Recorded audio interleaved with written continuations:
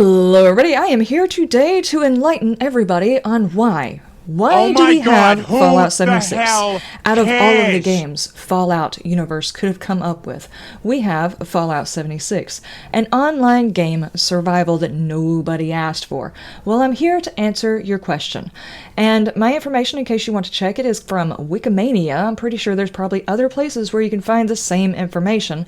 But I would like to take an excerpt from this bit of information underneath the legal section. And if you read it, it says, let me scroll to where I can actually read what it says, because knowing I can't read hardly. Okay. Interplay was threatened with bankruptcy and sold for the full Fallout franchise to Bethesda. Basically, Bethesda bought out Interplay for the Fallout franchise, but kept the rights to Fallout MMO through the back license in April 2007, my bad, and began to work on the MMO a year later. So 2008, Interplay was going to create an MMO for the Fallout universe. Bethesda Softworks sued Interplay Entertainment for the copyright infringement on September 8th, 2009. So, Bethesda owned the rights to the Fallout universe except for the MMO style play. So, what Bethesda decided to do was sue Interplay, saying it was infringing upon the rights since they owned the thing. Well, needless to say, after quite a bit of interesting stuff, all of which you can read here, Bethesda lost, and then lost, and then lost again on these rights, and finally won it over.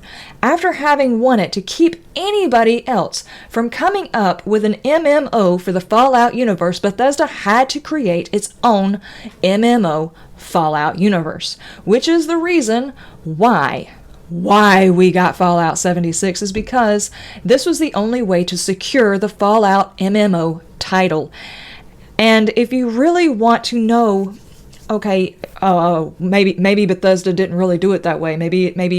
No, because Bethesda also had another interesting interaction. If you want a chance to actually find out how Bethesda handles the copyright, the legal licensing to certain things, there's also another example of how Bethesda handled this whenever someone came up with a film adaptation.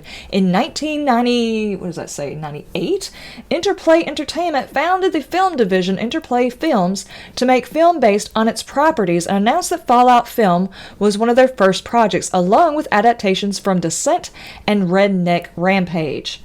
In 2000, Interplay confirmed that the film based on the original Fallout game was produced with Mortal Kombat Annihilation screenwriter Brent V. Friedman attached to write a film treatment, and with Dark Horse Entertainment attached to produce it. This division was later disbanded without any film production, but Friedman treatment was leaked to the internet in 2011. In 2009, Bethesda Softworks expressed its interest in producing a Fallout film. After 4 extensions of the trademark without any use, Bethesda filed a statement of use with the USPTO, no clue who those guys are, in January of 2012. In the next month, instead of a Fallout film, the special feature made entitled The Making of Fallout 3 DVD, which was accepted as a film on March 27th of the same year. So basically, to keep anybody else from being able to use these rights, Bethesda went ahead and made their own. To stop anybody from making a Fallout MMO, they created one. To stop anybody from making a Fallout film, they made one. And therefore now own the licensing, the copyright, everything to do with Fallout. They have now made it theirs. So there is your reason why Bethesda decided that despite nobody wanting an online game for the Fallout universe, or rather, not really asking for a Fallout game universe online, Bethesda has created one to stop anybody else from taking away any of their rights to the Fallout universe. That having been said, is it really such a bad thing that Bethesda decided it's time to create an online game? Well, I'm going to say no. There have been times while playing Fallout 4, while I was building, the thought always occurred to me how great it would be to be able to take on this place with somebody by my side, to be able to build something and have people actually walk through it, not just watch the videos, not just build it in their own universe, but actually see all of the little details that I put into it that you can't see just by watching it on a film, and you can't see just by, I don't know, maybe building it through some mod. So I'm not going to say I didn't want an online game. I'm saying I didn't ask for an online game. But the fact that other people were, I don't know, kind of wiggling their way back into the universe, Bethesda was covering their rear end to make sure that this was always something that they would be able to handle. Now, that having been said, who among us is ready for Wastelanders when we finally get NPCs into the world, which is what everybody has been saying the Fallout 76 was missing, was the NPC element. According to E3 of 2019, they have said that Season 1 was a chance for the people in Fallout 76, the actual Vault 76, to come out into the world. After a year or so, give or take, since who's really keeping a calculator and a clock and a calendar in this world, then people would actually come in, and that's when we have the interaction with outside people. And according to some, that means that there will actually be faction bases, like there's going to be the settlers who come in, and there's going to be raiders who come in, and you will have a karma system with it, which is excellent. Everybody has been waiting for this who have actually stuck by Fallout 76. One thing that nobody asked for, that Bethesda was like, here! Have it! Is the Battle Royale mode, Nuclear Winter. But as having watched this on E3, it astounded me that everybody that was watching in the chat were like, no, why would they do it? Bethesda's jumping on the train. Why would you give us a Battle Royale mode? Everybody's doing a Battle Royale mode. E3 2018, last year when the game was first announced, it was expressed then that they would bring in a Battle Royale mode. I'm not sure how this got overlooked by so many people, but I distinctly remember them saying there would be a Battle Royale mode. There would be events, Battle Royale. All of these things would come to fruition. They would come to the game. So while everybody was like, I don't understand why they're doing this, people are giving us all of these DLCs, all these extra things, all of these updates for people to PvP each other, but for the basic gamers, the ones who just want to go in there and enjoy themselves, we are not getting any updates. Well, that's true. But also, let me draw your attention to the fact that once they actually opened up from adventure to survival to battle royale mode, I would have to say the amount of what people would call griefing in the adventure mode has more or less stopped. There is the occasional griefer that just wants to try out his new weapon or whatever, or just feels like they have a bone to grind that day, but for the most part they keep it in survival mode and they keep it in battle royale mode. So while this was a roundabout way of fixing the problem, it still kind of alleviated some of the issue. There is still the tension of coming up on somebody and wondering whether or not they're going to try and pick a fight with you. And there's always been the pacifist mode. So they have kind of more or less kept with their promises that they have been making on the game. I'm not going to say it's completely honest. We all know about the bag incident and the pre-order incident. We all remember the awesome interview between Todd Howard and IGN. I won't even go through the motions of attempting to put the interview in this video, as it was covered quite extensively. I will say that Todd Howard at least admitted to the fact that during this game release, they have finally realized something that they should have known beforehand, and that was, Todd Howard specifically says, if we had known now what we knew then, we would have opened the game up sooner for a wider fan base to try the game out. Mind blown, guys. Mind blown, because there are so many people who pre-ordered that game in hopes of being a beta tester, and they got to play it 3 times a few weeks before the game released. After months and months of waiting, they gave them 3 days to beta test the game on a wider scale. I honestly can't tell you exactly what part of that didn't make sense to me, and also the fact that he was considering possibly giving it to people who were invested in Fallout 4 to try it for free, whereas the people who actually bought into the beta testing, they bought into the beta testing. I admit, sadly, I was one of them. I bought that game early when I really didn't have the money to buy the game early. You know, I'm doing a bit of adulting there, not really thinking about that, but just for the chance to beta test, to be able to get my hands on the game as soon as possible, to only be allowed to play it 3 times before the game dropped, which was, needless to say, very, very frustrating.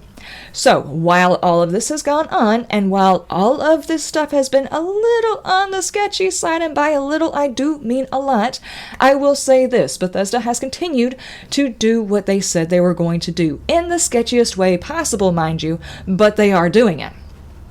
We can only hope that this will continue in the future on a less sketchy scale. Now, having gone through all of this interesting information on why we got it, some of the irritations that are still existing with the whole dealing with Bethesda and Todd Howard's and all of them, let's get into the newest section of Fallout 76. Let's just mosey into that, and it's called Nuclear Winter, where you Battle Royale to become the overseer of this awesome base.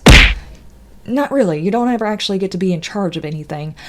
You get to open up more storyline, but, and I will leave a comment, or in the description below, a video I watched of someone who actually put together all of the holotapes of all of the information you could find in Fallout 76's Battle Royale mode, because the storyline is actually ingenious. It is a great storyline. The only issue is, and this is my first thing that I would change about the Battle Royale mode, is since you are limited on how long you can be there waiting to start in the Battle Royale mode, the Nuclear Winter mode, you have very limited time. You have to run around and try to find on your level the holotapes you can listen to. They're not in any order, and there's several different characters, so there's no real way of trying to get the story in line. And I can't even imagine the amount of time it took for this one YouTuber to actually put all of this information together. So, I will put that link down in the description below, and possibly as a pinned comment for you to find that, because I will not be going back over that.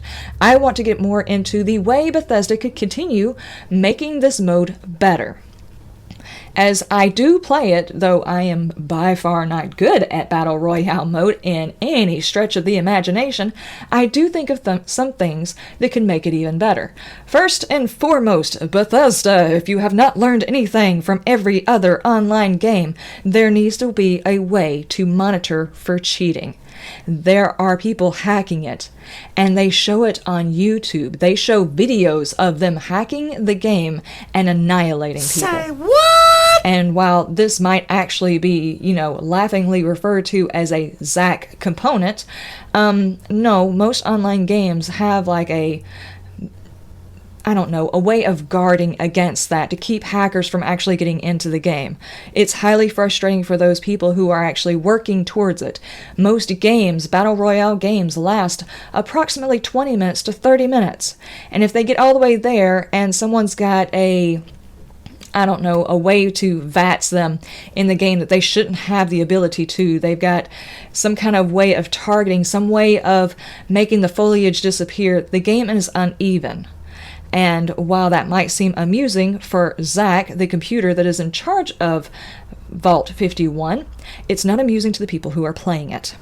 And something like that should have been in place before a Battle Royale was even established. So that being, you need a bat eye, something like that, to monitor these things.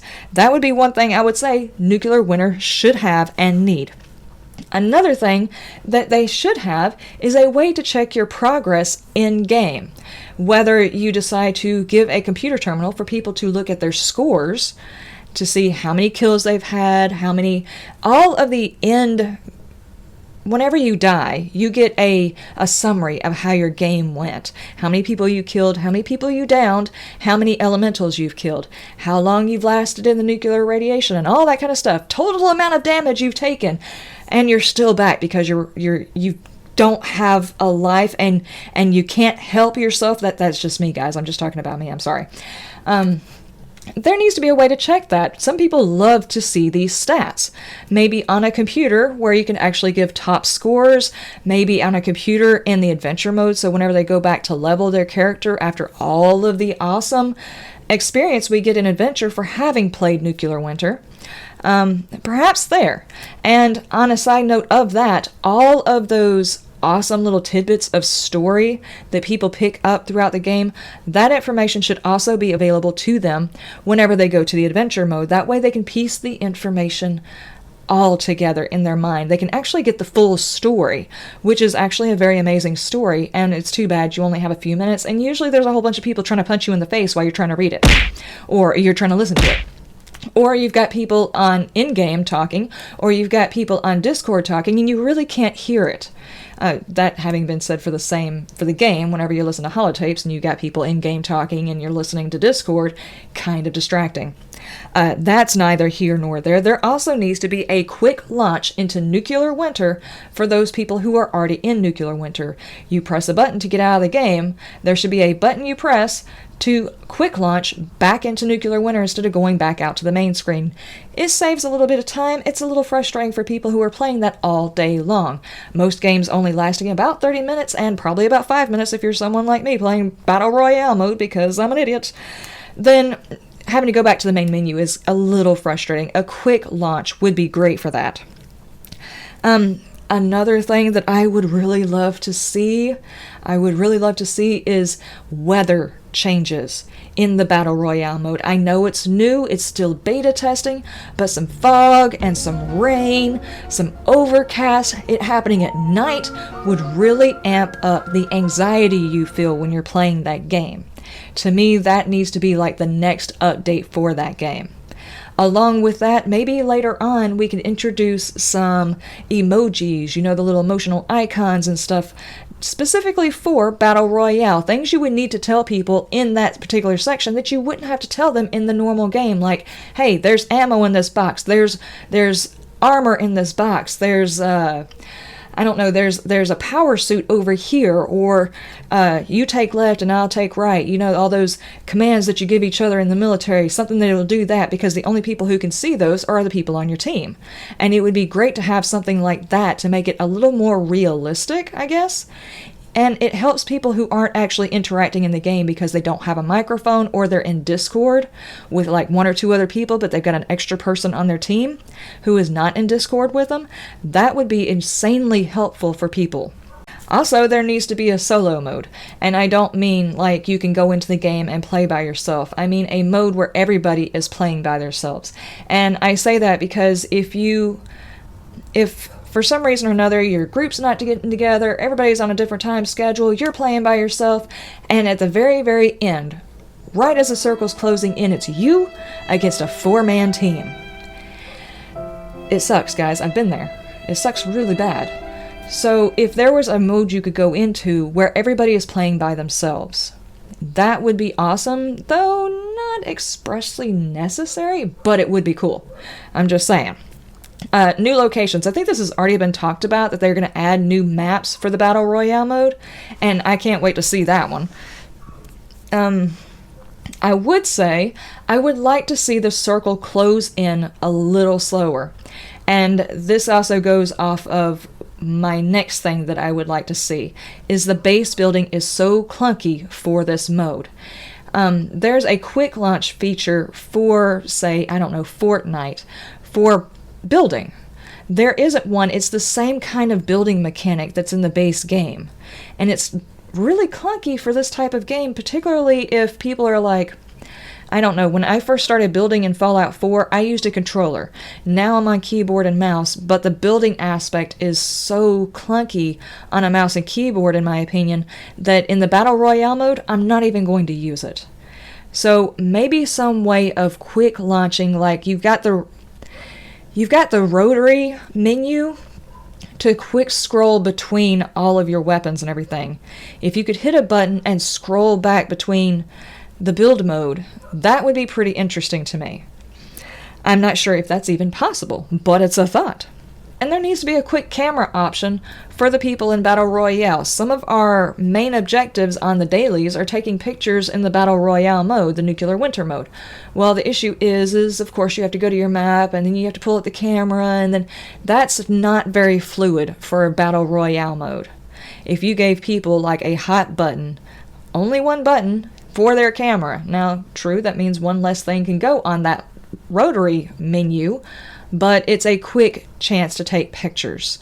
And I think that would be pretty awesome, because there are some really good shots that could be had in that game, just nobody's going to pull at the camera if it takes so long that they could get killed in the process. And they're already talking about they're going to fix the ability to wear our outer armors in Nuclear Winter. They have already fixed the ability to wear under armor. You can wear your under armor instead of having to wear the vault suit, which is, needless to say, going to give everybody away. Most people within the first, I don't know, couple of hours knew to drop their uniform and run around naked, because at least it was earth tone and you wouldn't stand out so much. But the ability to wear the outer armor also means you get to express your character in a slightly different way. It increases people wanting to go and use the atoms for their atom shop store to show off their latest threads, or however you want to say it. And in this way, it also brings income to keep those servers open for this game. One thing, I was watching another YouTuber, Final Render, he's already mentioned this quite a few times, and I'll just say it here because I also think it's a good idea, is Nuclear Winter should be a free mode. Sounds weird? Yes. But in my opinion, in the long run, for the health of Fallout 76 in general, allowing at least one mode of this to be free, and Battle Royale being the perfect mode for that, would bring more people to the Fallout universe in this mode and encourage people to, I don't know, spend atoms to get their threads, spend atoms to get some more emojis for their characters. I mean, just to bring more people in to get a feel for it, and I think it will also increase the sales on the adventure mode eventually. So those are all of the thoughts I have for the newest mode, Nuclear Winter. And if you are not used to playing Battle Royale, or you haven't really cared about playing Battle Royale, I would say at least give this a try, just because it feels so different than other Battle Royales I have tried. I don't quite understand why it feels so different. It seems very simplistic. There's a certain amount of weapons, there are certain places you can land, and it's more of a pure Battle Royale rather than, I don't know, it just seems more pure. It's not as complicated to get a hold of. You could jump into this in less than a day. You're going to have it figured out. You're going to know where you like to land. You're going to know where most of your boxes are going to spawn in at. And it's just, you want to jump in, get a couple of levels, you want to show off to your friends, you want to get in there and goof off for a few minutes. It's just a good way for like a quick game, rather than sitting down to play the adventure mode when you really don't have time to do anything. Because in adventure mode, you have to check your weapons, you have to check your ammo, you have to check your food and your water. There's all that prep to actually playing the adventure. Ain't nobody got time for that! Which, if you're planning on playing for a few hours, is cool. But if you go in there and you just pop in for a couple of hours or an hour, then you don't have to worry about fixing your weapons. You don't have to worry about your caps. You don't have to worry about food and water. And you don't have to worry about diseases or addictions or anything else like that. And you're still getting the experience for your adventure mode game. So you're getting a chance to play with your friends for a couple of minutes. You're getting a chance to earn some EXP. You're getting a chance to sharpen up your skills. Seems like a win-win to me. But anyway, I think I have rambled long enough, a lot more than I expected to. This is the why of why we got Fallout 76 and some of the things that we could possibly do to make Nuclear Winter a little bit better for other people. And hopefully, when Wastelanders comes up, there will be far more interest in people wanting to play this game than there was before. I really do think this game has not died. It just had a very bad start, some very bad PR. But I think it can be rescued. So, if you are a fan of Fallout, and not too opposed to the MMO kind of feel, then maybe give it a shot, and send them back some critiques.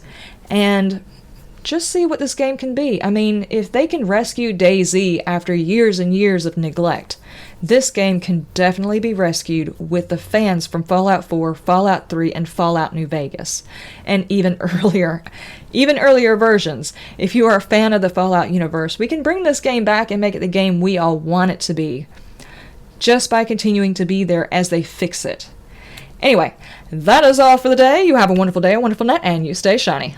Bye!